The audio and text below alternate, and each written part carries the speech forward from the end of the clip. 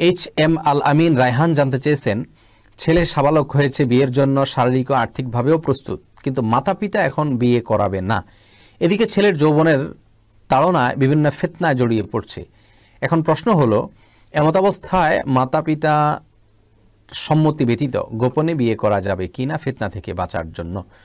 ভাই আলামিন রায়হান খুবই গুরুত্বপূর্ণ একটি প্রশ্ন করেছেন। এই যুগে শত শত হাজার হাজার তরুণদের মনের প্রশ্ন এটি।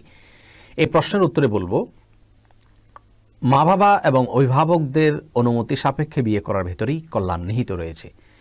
আর এই জন্য নবী আলাইহিস সালাম বিয়ে শাদীতে অভিভাবকের সম্মতির বিষয়টিকে খুব বেশি গুরুত্ব আরোপ করেছেন। কোনো ছেলে যদি এরকম মনে করেন যে আমার অভিভাবক দিনের কোনো বুঝ তার নাই, আমি স্ত্রীর ভরণ পোষণ দেওয়ার মতো সক্ষমতা রাখি, শারীরিক সক্ষমতা আমার আছে, আমি প্রাপ্তবয়স্ক হয়ে গেছি, অথচ তারা নানা কজ দেখে আমার বিয়ে দিচ্ছেন না, তাহলে প্রথম চেষ্টা থাকবে অভিভাবকের সম্মতিতে তাদেরকে রাজি করিয়ে বিয়ে করা।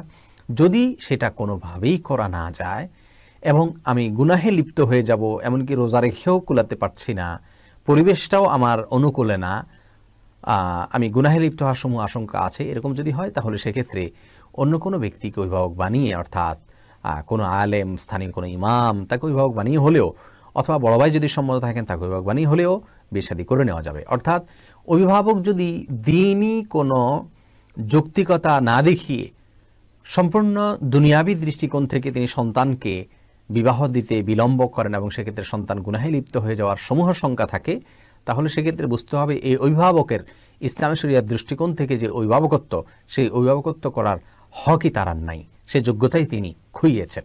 কিন্তু এ বিষয়টি নিশ্চিত করার জন্য বা এ বিষয়ে ডিসিশন নেওয়ার জন্য নিজে একা একা নেবেন না, কোনো আলেমের কাছে নিজের পরিপূর্ণ অবস্থাকে বলে তারপর ডিসিশন নেবেন ইনশাআল্লাহ, তাহলে এর ভিতরে কল্যাণ নিহিত থাকবে। না হলে যুবকরা, তরুণরা নিজেরা বিয়ে শাদী করে এরপরে বিয়েগুলো অনেক সময় টিকে না, জটিল অবস্থায় চলে যায়। এই জন্য প্রথমেই বললাম, অভিভাবককে যে কোনোভাবে বুঝিয়ে সমঝিয়ে তাদেরকে আপনি আপনার দাবিটি তাদের দিয়ে আদায় করার চেষ্টা করবেন। আল্লাহ তাআলা তৌফিক দান করুন।